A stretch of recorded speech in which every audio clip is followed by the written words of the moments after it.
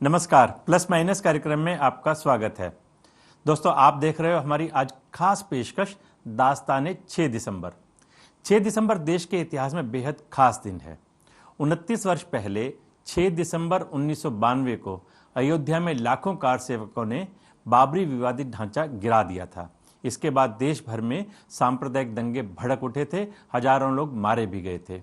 यही वजह है कि बाबरी विध्वंस की 29वीं बरसी पर काशी से लेकर मथुरा तक और अयोध्या से लेकर अलीगढ़ तक पुलिस की सुरक्षा बढ़ा दी गई है। वहीं कई शहरों में धारा 144 लागू कर दी गई है। मथुरा और मेरठ में हिंदूवादी नेताओं पर नजर रखी जा रही है।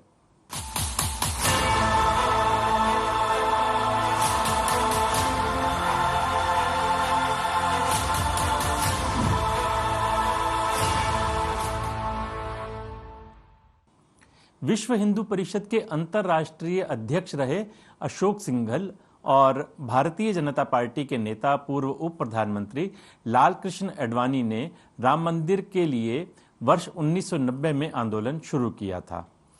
5 दिसंबर की सुबह अयोध्या में बाबरी विवादित ढांचे के आसपास कार सेवक पहुंचने शुरू हो गए थे। उस दौरान सुप्रीम कोर्ट ने विवादित ढांचे के सामने सिर्फ भजन कीर्तन करने की अनुमति दी थी, लेकिन 6 दिसंबर को भीड़ उग्र हो गई और देखते ही देखते बाबरी विवादित ढांचे के तीनों गुंबदों को गिरा दिया गया, जिससे पूरा देश दहल उठा था। इस घटना के तुरंत बाद देश भर में सांप्रदायिक दंगे भड़क उठे, हजारों लोग मारे गए।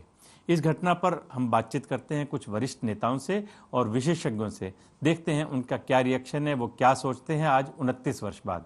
लेकिन उससे पहले एक रिपोर्ट। लाठी डंडे खाएंगे, मंदिर वहीं बनाएंगे, इस नारे के साथ शुरुआत हुई राजनीति की जंग। धुएं के इस गुबार में किसी का विध्वंस था तो किसी के न्याय की परिभाषा थी। उस रोज क्या हुआ, क्यों हुआ और कैसे हुआ, और फिर ब्यौरा कोर्ट में दर्ज हुआ। कहानी 6 दिसंबर 1992 की। अयोध्या, जहां राम नाम के साथ एक श्रद्धा है तो एक तरफ सियासत भी।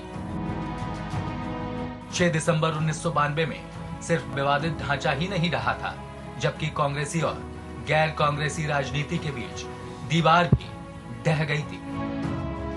न कानून न प्रशासन, पूरी अयोध्या कार सेवकों के जुनून के हवाले थी। देश भर से इकट्ठा हुए करीब 2.5 लाख लोग जो राम मंदिर के समर्थक थे, वो अयोध्या में ऐसे घुसे मानो जैसे कि गलियों में सैलाब बनकर बहने लगे हो। कई हाथों में धारदार हथियार थे, पर उन्हें रोकने वाला कोई नहीं था। दोपहर होते होते विवादित स्थल पर भीड़ आक्रामक होती चली गई। देखते ही देखते विवादित ढांचा मलबे में तब्दील हो गया और इसी के साथ देश की राजनीति धर्म के रंग में रंगती चली गई।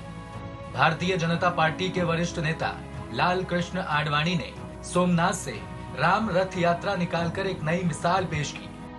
1991 में कांग्रेस दिल्ली की सत्ता में वापस आ गई और पीवी नरसिम्हा राव प्रधानमंत्री बने। लेकिन राम मंदिर आंदोलन के चलते उत्तर प्रदेश में पहली बार कल्याण सिंह के नेतृत्व में बीजेपी की सरकार बनी।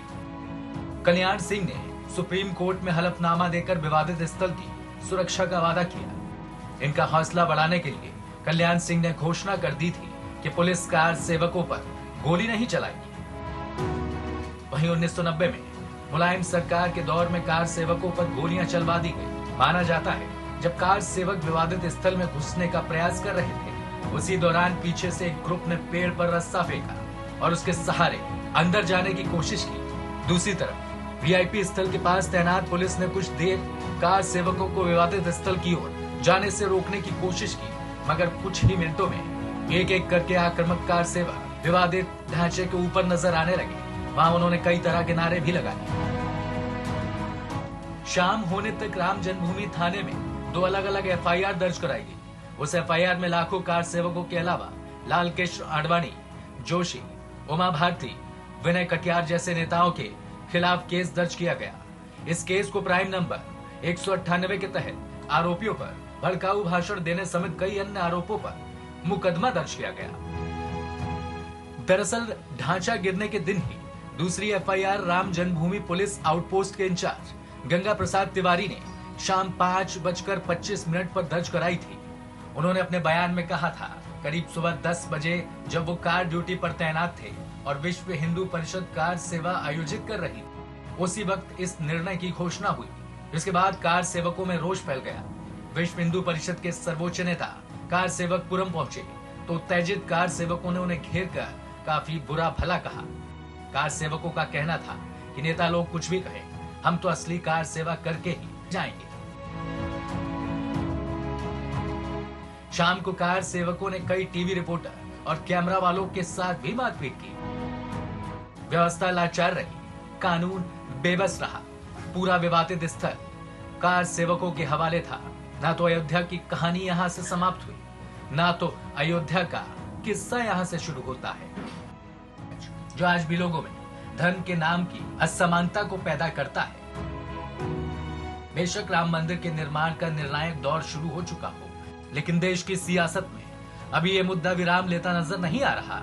बीजेपी से अभी 2022 के यूपी चुनाव में भुनाने की तैयारी में ही नहीं, बल्कि साल 2024 तक की तैयारी करके बैठी है।